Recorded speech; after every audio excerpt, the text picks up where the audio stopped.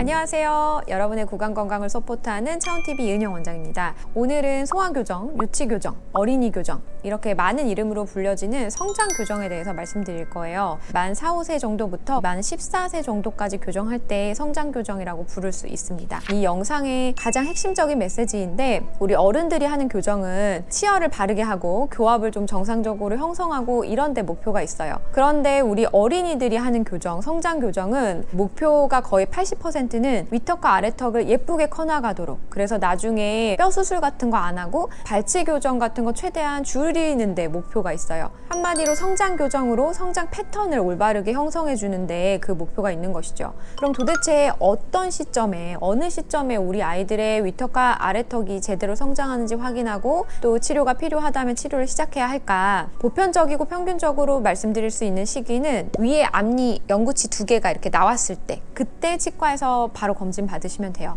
그런데 의료에는 예외가 있죠. 제가 늘 말씀드리는데 예외적인 상황 2가지는, 첫 번째, 아이가 주걱턱 성향일 때, 우리 아이들 이 해봤을 때 아랫니가 윗니 바깥으로 나가 있을 때, 이걸 주걱턱 혹은 주걱턱으로 자랄 수 있는 성장 패턴 가능성이 있다고 보고요. 반대교합일 때는 위에 영구치가 아직 안 나왔더라도 빨리, 최대한 빨리 내원하셔야 해요. 두 번째는 구강 습관이 있을 때예요. 4살이 지났는데 계속 손가락을 빤다거나 혀를 내미는 습관이 있다던가 하면 위에 앞니는 전반적으로 뻗어져 나가고 아래 앞니들은 뒤로 눕게 됩니다.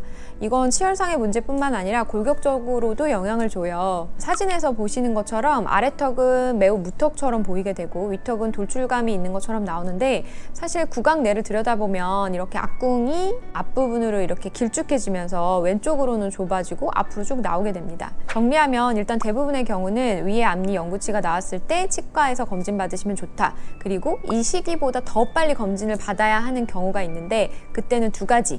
첫 번째로 앞니 반대교합이 있을 때와, 두 번째 혀 내밀기 습관 혹은 손가락 빠는 습관이 4세 이후에도 계속될 때입니다. 그럼 어떤 증상을 보이고 있으면 문제가 되고 그 증상은 어떤 방향성으로 치료해야 되는지 설명드릴게요. 설명을 어떻게 드릴까 고민을 하다가 클레이로 한번 만들어 봤어요. 아이들 뼈는 클레이만큼은 아니지만 어른들보다도 훨씬 좀 플렉서블하고 부드럽기 때문에 이걸로 한번 설명을 드려볼게요.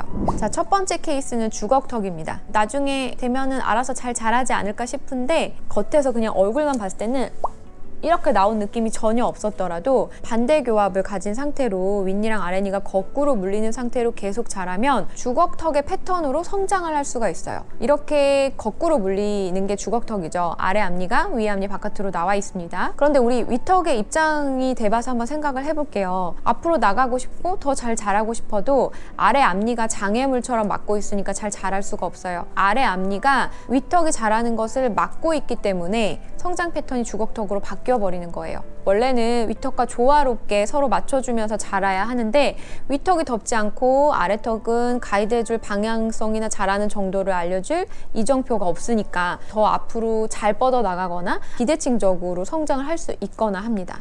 그래서 점핑 아웃이라고 하는데, 위에 치아가 아래 치아 바깥으로만 좀 나와줘도 위턱이 못 자라게 하는 장애물을 제거를 한 것이고 위턱이 자랄 수 있는 환경을 좀 적극적으로 만들어준 것이라서 일단 첫 번째로 교합이라도 빨리 반대 교합에서 벗어나는 게 필요합니다. 아니면 적극적으로 위턱이 아래턱 바깥으로 확 나올 수 있게 끌어내주는 장치를 쓸 수도 있고 위턱의 앞궁을 완전히 확장시키는 장치를 쓸 수도 있습니다. 장치에 대한 자세한 설명은 다음 편을 좀 참고해주세요. 두 번째는 무턱이에요. 무턱은 말 그대로 턱이 좀 발달을 안 한 것 같은, 턱이 없는 것 같은 느낌을 줍니다. 아래턱이 위턱에 비해서 상대적으로 작고 뒤로 들어가 있는 편이죠. 그런데 이런 친구들은 교합적인 특징이 아주 분명하게 있어요. 아래턱이 못 자랄 수밖에 없는 특징인데 주로 앞니가 깊게 물려요. 위 앞니들이 톡 튀어나온 느낌이 있죠. 깊게 물린다는 건 윗니가 아랫니를 너무 많이 덮어서 이 하고 물면 아랫니가 전혀 보이지 않거나 아주 조금만 보이는 과계교합을 의미합니다. 앞니들이 토끼처럼 다람쥐처럼 이렇게 툭 튀어나와 있고요. 입술이 잘 안 다물어지기도 합니다.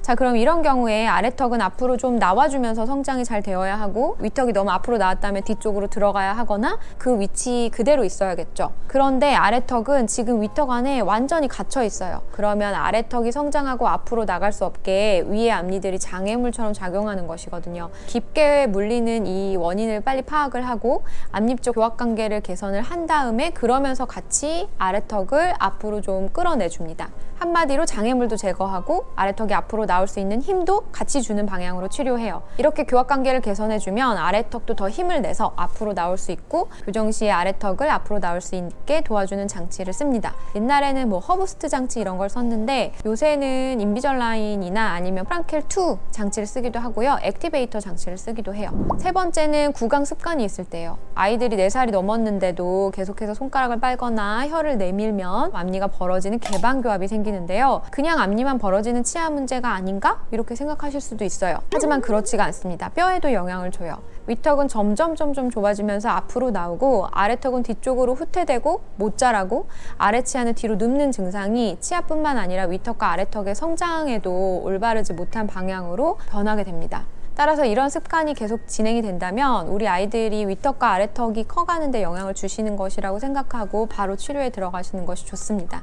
마지막은 배열적인 문제가 있을 때예요. 사실 보통 덧니가 있다거나 그냥 치아가 많이 삐뚤삐뚤하다던가 하는 거는 그냥 언제 하셔도 돼요. 연구치 다 나고 나서 그때 성장 교정처럼 아니어도 어른들 교정하듯이 배열 예쁘게 하고 교합 형성해주면 되거든요. 하지만 뼈 성장에 영향을 주는 문제가 되는 부정교합이 있어요. 바로 교합 간섭이 있을 때인데요. 이런 교합 간섭이 있으면 아래턱뼈를 계속 틀어서 물어요. 예를 들어서 뭐 이쪽에 교합 간섭이 있어서 여기를 좀 회피하고 싶다 하면 이런 식으로 턱을 물어서 물거나 틀어서 물거나 반대쪽으로 틀어서 물었을 때 본인이 더 편하면 그쪽으로 틀어서 물게 되거든요. 예를 들어서 연구치가 새로 다 났는데 이렇게 서로 부딪히는 교합으로 배열이 되었다고 가정하면 원래는 우리 치아들은 씹을 때를 제외하고는 위아래 약간의 간격, 틈을 가지고 쉬어줘야 하는데 이 치아들, 교합 간섭 보이는 치아들만 못 쉬고 계속 부딪히는 거죠.